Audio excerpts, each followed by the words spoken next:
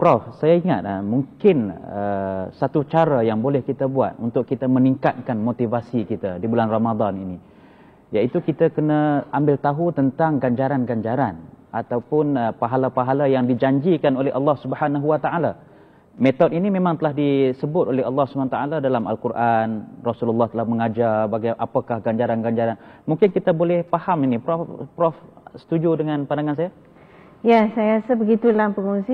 Inilah kayanya ajaran Islam, begitu indah sekali. Hampir apa sahaja yang Allah perintahkan, yang digalakkan dalam ajaran Islam itu pasti dimaklumkan kepada kita apa kelebihannya, apa khasiatnya. Sebab itu nak mendorong kita untuk melaksanakan sesuatu amal ibadat, sesuatu kebajikan itu, kebaikan itu, kena ada dua ilmu yang saya namakan sebagai ilmu khasiat dan ilmu syarat. Kena ada syarat, kena tahu khasiat dia. Sebab itu dalam Al-Quran Allah Subhanahu Wa Taala menyebut la yughadiru saghiratan wala kabiratan illa ahsaha. Tak akan ada yang ditinggalkan, walau kecil maupun besar, semua akan dihitung oleh Allah Subhanahu Wa Taala. Begitu juga Allah Subhanahu Wa Taala menyebut dalam surah An-Nisa ayat 86, innallaha ala kulli syai'in hasiba. Allah akan hitung, Allah tahu semuanya.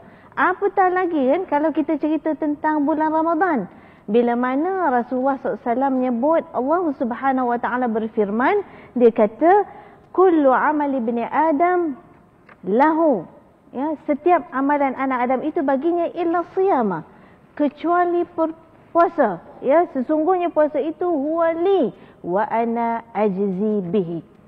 Semua amalan kita buat untuk kita. Kalau kita kerja, kita dapat gaji untuk kita. Kalau kita semayang dapat menolak kita, menahan kita daripada melakukan perkara yang ditegah, itu untuk kita. Tapi puasa kita buat untuk Allah SWT. Dan Allah kata Allah boleh beri sebaik-baik balasan. Wa ana ajzi bihi. Ini kehebatan ganjaran yang Allah SWT bagi kepada kita.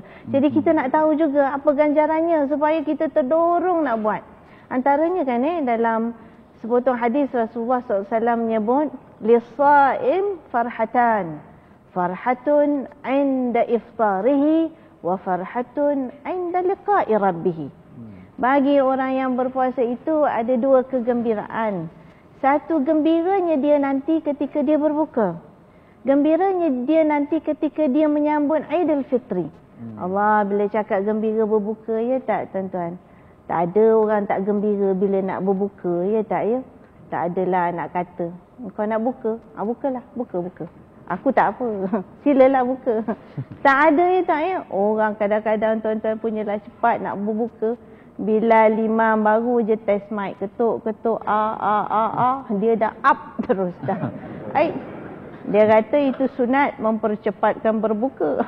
Yang tu tak payah ajar, ya tuan-tuan. Itu dah salah pula. Belum masuk waktu dia dah berbuka. Memang seronok tuan-tuan. Memang gembira. Kenapa gembira? Kita dah dapat menahan tadi apa yang dilarang. Ya, yang dilarang, yang boleh membatalkan puasa kita dari terbit fajar sampailah tenggelam matahari. Masya Allah, itu kegembiraan kita. Ditambah pula bila Rasulullah SAW menyebut ganjaran dalam bulan puasa ini, dia kata naumus shaim ibadatun wa samtuhu tasbihun wa amaluhu mudha'afun wa zambuhu maghfurun wa du'a'uhu maqbulun. Ya Allah, banyaknya sampai dia sebut tidur orang yang berpuasa itu suatu ibadat. Ini cerita bab tidur tak bercakap kuat-kuat pengusi, cakap pelan-pelan. Kalau anak-anak kita tu dengar, dia tidur daripada lepas sahur sampai ke petang, mak dia beletik, dia pun berceramah lah. Dia kata takkan mak tak tahu tidur orang yang berpuasa itu adalah suatu ibadat. Kata dia tak. Iya ke mak dia kata. Dia boleh buka ceramah kat mak dia tuan-tuan. Masya Allah. Bukan kerana tidur itu, tetapi kerana nilai diri orang yang tidur itu adalah orang yang berpuasa.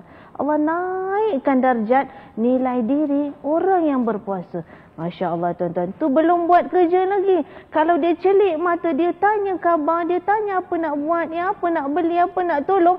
Wa amaluhu mudha'afun.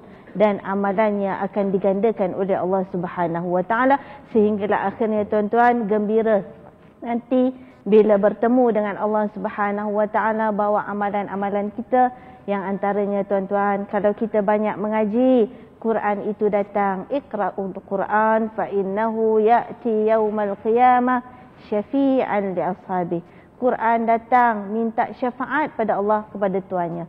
Puasa kita yang sering kita buat, minta syafaat untuk kita yang sering berpuasa itu di hari akhirat kelak, dan akhirnya dijauhkan daripada siksa api neraka. Wallahu a'lam. Baik, terima kasih pada Profesor Dr. Sharifah Hayati. Dan muslimin dan muslimat yang dirahmati Allah sekalian, wajar kita mengetahui tentang ganjaran-ganjaran dan kelebihan yang disediakan oleh Allah Subhanahu wa taala. Pelbagai kelebihan yang Allah Taala berikan kepada kita sehingga kan sampai tidur pun diberikan ganjaran oleh Allah Subhanahu wa taala. Bahkan kalau ibadat-ibadat yang lain, maka lebihlah ganjaran yang disediakan oleh Allah Subhanahu wa taala. Kita akan berhenti rehat sekali lagi, jangan ke mana-mana, kita akan kembali semula selepas ini.